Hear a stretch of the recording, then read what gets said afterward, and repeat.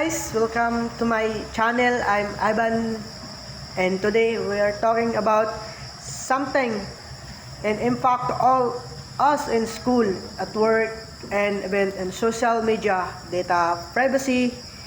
What is the why does the matter, and how do we protect it about both social and professional settings?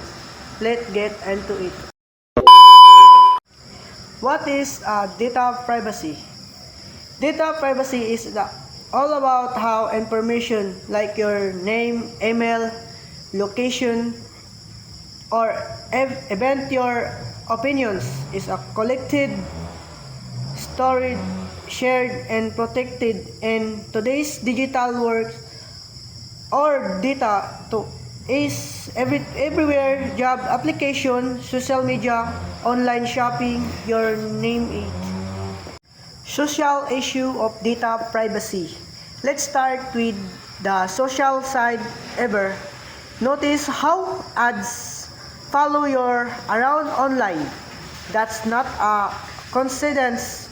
Components collected your data to target you, but it goes deeper. Data leak can expose the people's personal lives, leading to identity theft or even impressment. Next is professional issues. Now it's the workplace. Data privacy becomes a legal and ethical responsibility.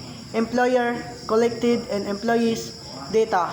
Payroll, medical input, emails, mismanaging this data is just careless.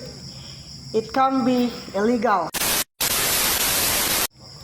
How to protect your data? So what can you do? Here are some practical tips. Number 1, use strong unique passwords and change them regularly. Number 2, enable two-factor authentication, especially for email and banking. Number 3, be cautious with public Wi-Fi. Avoid logging in sensitive accounts on it. Number 4, think before you share, especially on social media. Number 5, read and privacy settings on apps, website, and event games.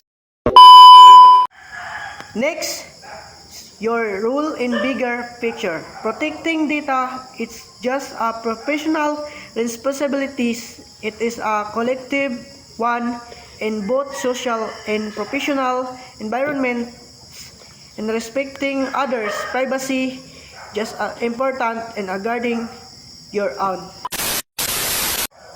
In a world that run on data, privacy is a power.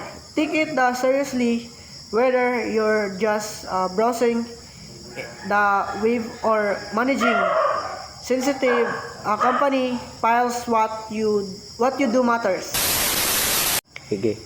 Thank you for tuning, and if you learn sometimes new, give the video or like, subscribe for more, and share your thoughts and comment. How do you protect your data?